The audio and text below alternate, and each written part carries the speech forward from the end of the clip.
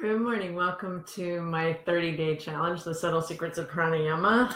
Today we're going to be talking about retention, and I got my mat out because I want to show you a couple of things. I'm sorry about my Instagram picture. It's a little off. I feel like Batman today, but the old Batman. But the Facebook video looks like it's pretty good. So if you're having trouble seeing this on Instagram, please look at my Facebook page. My Facebook page is Subtle Health, and it's sort of my system of mind, body, thriving. So lots of good stuff on that page.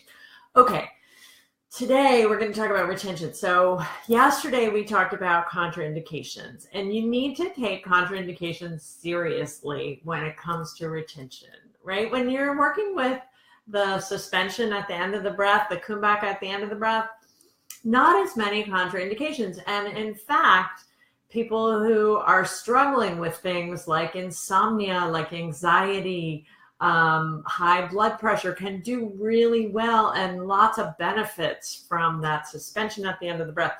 Now, retention is a little bit of a different story. Retention is something that pushes your heart a little, and therefore you have to be kind of like healthy to do it. That being said, small retentions tend to be healthful for most people. I would take people with emphysema and asthma out of that equation, and allergies probably out of that equation. Allergies, maybe not, but asthma and emphysema, no. And the reason is because there's a dysfunction in the breathing mechanisms, right? But if you don't have those kinds of challenges, then the top of the inhale, now listen, this is important, but the pause at the top of the inhale, what it does is it puts too much carbon dioxide in your system. And your system goes, oh, your brain is sending messages to the blood, the lungs, and the heart, and the vascular system, and saying there's too much CO2 in the system, and then it dilates the blood vessels. So can you see how this could be useful?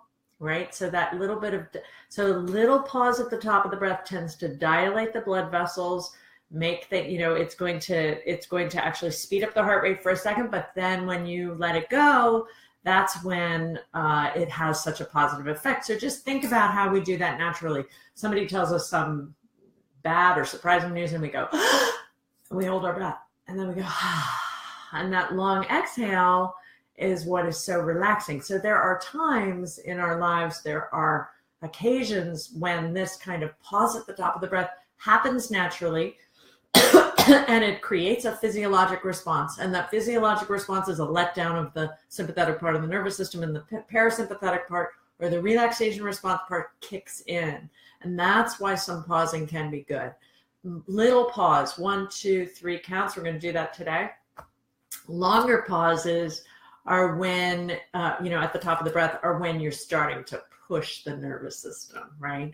And why would you want to push the nervous system? There are reasons for it, because it helps to increase your breathing threshold, and your respiratory musculature can benefit from it. The breathing apparatus in general can benefit from that lengthening of the retention, but you have to be really sure that that's what you want to do.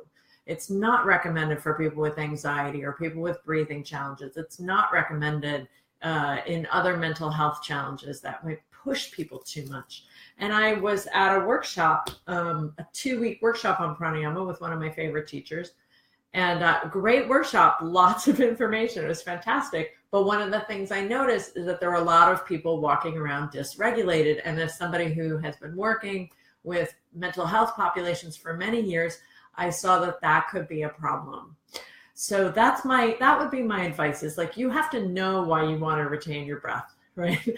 Don't just do it because somebody told you it's good to do a 4-7-8 ratio. You have to do it for the right reasons, and you have to do it because you're gently pushing the nervous system. And when we gently push the nervous system, it creates more resilience in the nervous system.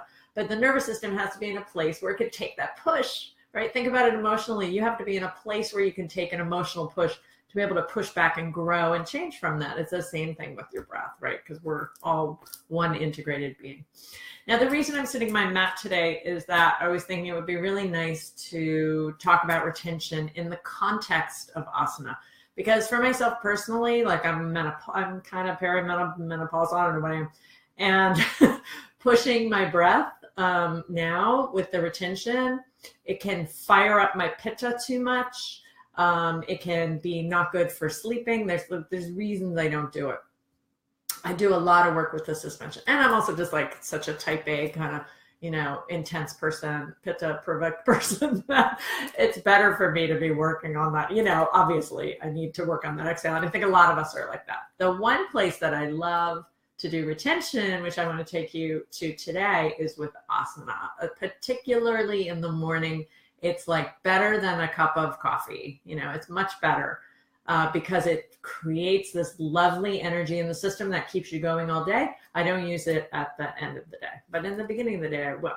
So one of the ones I already showed you when we did structural breath, was inhale, take the arms out to the side, lifting the ribs up out of the hips. And then on the exhale, navel gently draws in and bring the arms back. I love that one. And that's a great one for pause at the top of your retention. I'm not going to stand up because of the cameras, but you could do this standing, right? So you could do this in a mountain pose standing, pause at the top of your breath, and then exhale back. You could do it with the arms this way.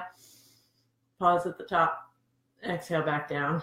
Like lots of wonderful, you could do it in warrior one, right? The arms go up, pause, and then the arms slip back down. So there's so many wonderful applications for retention, but you should know what you're doing even in asanas with retention. Like you don't want to do retention in back bend. It's not a good idea.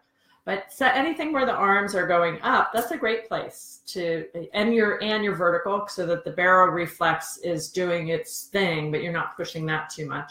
When you're inverted, I don't think retention is a good idea. Now, coming up from a forward bend, that's another excellent place. So you could come up halfway from a forward bend, maybe with cactus arms, and pause your breath for 1 or 2 counts and then go back down. So my suggestion today for practice is take this retention, do a couple asanas with it, simple poses like moving mountain, right? Warrior one, or a forward bend where you're coming halfway up, and put a 1 or 2 count retention at the top of your inhale and then exhale down. Do maybe 3 poses with that, and then stop and notice how you feel and see if you get some of that little push in the nervous system that gives you more energy. A word of caution: don't overdo it. You don't want to use retention in all your asanas. Don't overdo it. It's something you want to take in small doses and notice how your nervous system responds to it. If you have any changes in sleeping, or if you feel anxious, or, it just means you've pushed the breath. So be mindful of that. So thank you so much for being here today. And tomorrow I'll be back, day 23. I'm not sure. I got to figure out what I'm talking about for the next few days. There's so much more, obviously, but I hope this one has been helpful for you. Please leave a comment, and I'll see you tomorrow. Namaste.